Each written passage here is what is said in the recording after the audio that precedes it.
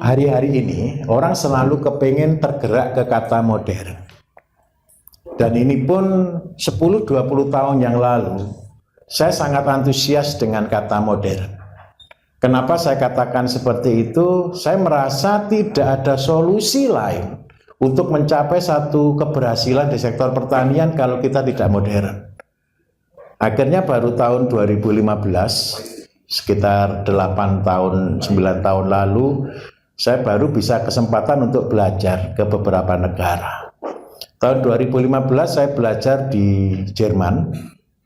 Kenapa saya belajar dulu di Jerman? Karena di Jerman ini di Stuttgart namanya, di situ ada kampus yang pertama dia membuat modernisasi tentang pertanian.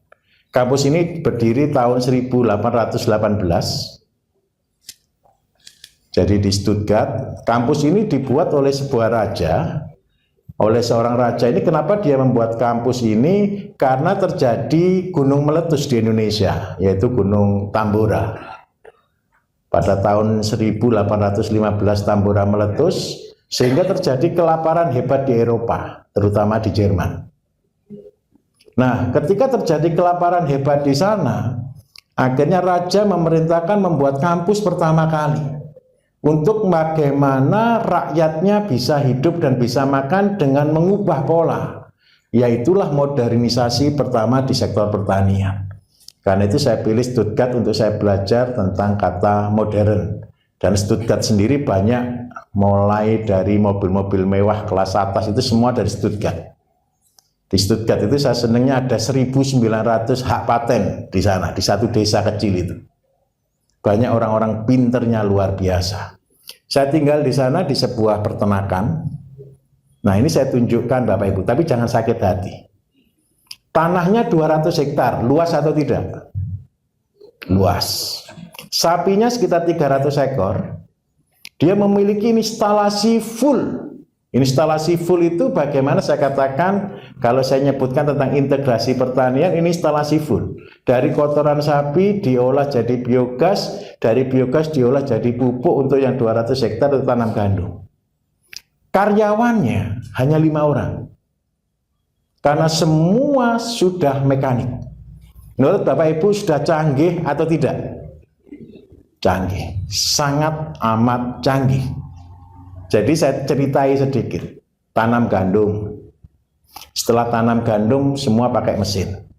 Setelah dipanen, hasil gandum ditampung, dijual, jerami gandum dibuat silase, dibuat hay, disimpan untuk pakan sapi. Untuk sapinya sendiri, pemurahan susu sudah otomatis semua.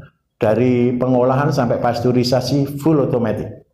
Terus dari limbahnya dia keluar listrik, listriknya dijual ke negara. Sudah hampir zero waste, sudah hampir tidak ada limbah. Saya habiskan waktu di situ 1 minggu, saya tanya ke mereka, kenapa karyawannya kok cuma 5 orang? Tahu tidak 5 orang itu siapa? Yang punya?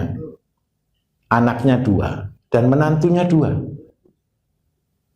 Artinya tanah 200 hektar, sapi 300 ekor semua dikerjakan sendiri.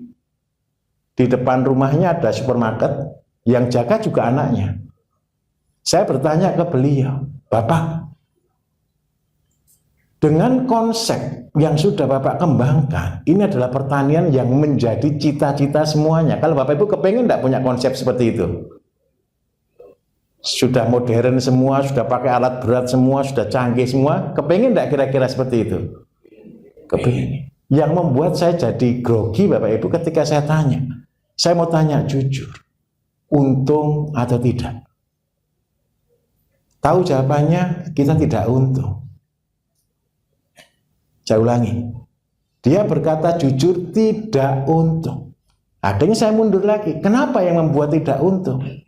Dia bilang, semua di sini adalah investasi. Mesin investasi.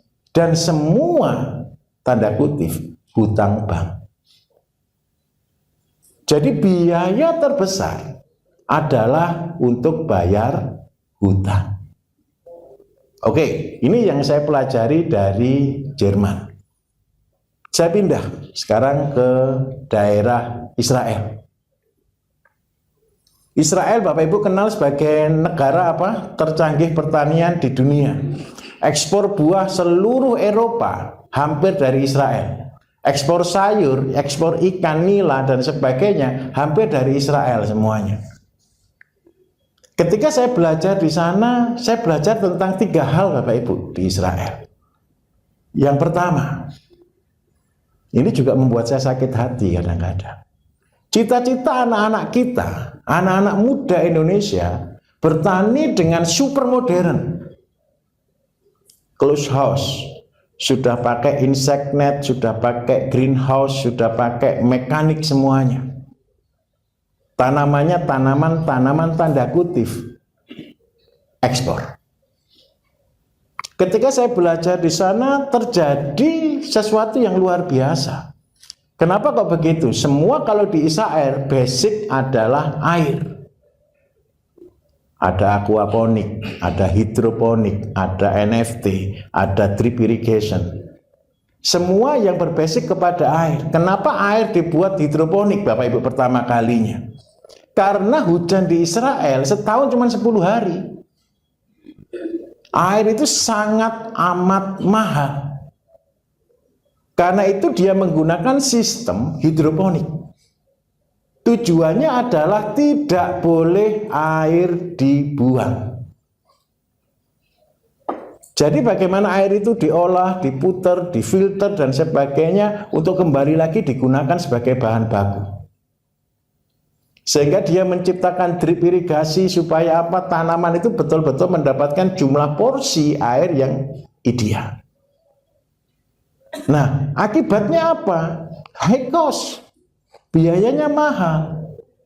Saya tanya di sana, bagaimana mungkin bisnis seperti ini? Karena satu, harga sayur di sana lebih mahal daripada harga daging. Di Indonesia, harga sayur sama harga daging berapa persen Bapak Ibu? 10%. Nggak sampai. Kalau pola ini diterapkan di Indonesia, kita akan jatuh kena harga. Sekarang saya akan bergeser lagi ke satu negara, Jepang. Di Jepang, anak-anak muda hari ini fokusnya cuma disuruh belajar satu, tanam padi. Kenapa kok tanam padi? Karena padi adalah makanan pokoknya orang Jepang. Bagaimana membuat modifikasi, bagaimana membuat dengan sistem dan sebagainya. Dan di sini saya ketemu titik rasional. Mereka tanam padi satu rumah hanya butuh 100 meter. Saya ulangi, satu rumah hanya butuh 100 meter. 10 kali 10. Dan itu cukup untuk kebutuhan hidup selama satu siklus. Kenapa kok bisa begitu? Ini saya tunjukkan risetnya. Di tempat kami juga Bapak Ibu kami punya tim R&D. Kami terus melakukan penelitian, terutama di tanaman pangan, tanaman horti, dan tanaman buah. Jadi untuk membuat, ini Bapak Ibu kepingin enggak kira-kira nanti, untuk membuat produksi padi, yang anakannya di atas 60 senang enggak kira-kira? Senang. Yang bisa satu rumpun keluar bisa 1 on, senang enggak kira-kira 100 gram? Kalau seandainya satu rumpun keluar 100 gram dengan populasi 1 meter kurang lebih sekitar 25 pohon, 25 rumpun, berarti dengan jarak anggap aja 15 kali 7, berarti ketemu 1 meter persegi sekitar 2,5 kilo. Berarti 1 hektar ketemu berapa Bapak Ibu? 25 ton. Tapi sayang, kalau kita gunakan dengan cara yang tradisional, tidak mungkin. Nah, karena itu Bapak Ibu, dari 3 negara ini, kita harus masuk ke modern. Kalau tidak modern, kita tidak akan ada petani di Indonesia. Tetapi, kalau kita belajar dari Jerman, tidak mungkin bisa. Tanah kita sehari ini kepemilikan cuma 1/4 hektar rata-rata. Satu petani. Di sana lahannya ratusan hektar. Eropa, Jerman hampir sama. Petani di sana tanahnya 100 hektar ke atas. kurang dari 100 hektar tidak akan cukup untuk hidup. Kenapa mereka tidak bisa gaji orang? Karena gaji orang di sana minimal 50 sampai 70 juta gaji bulanan. Untuk operasional cost tidak akan cukup. Kalau di Israel, karena semua harganya mahal. Harga sayur dan buah itu mahal, harga daging itu murah. Karena mereka buat yang berkualitas. Nah, yang mirip dengan kita sesama di Asia adalah Jepang. Nah, karena itu pagi hari ini saya akan belajar bersama-sama dengan Bapak Ibu. Kita akan masuk di pertanian yang modern, tetapi dengan kearifan lokal.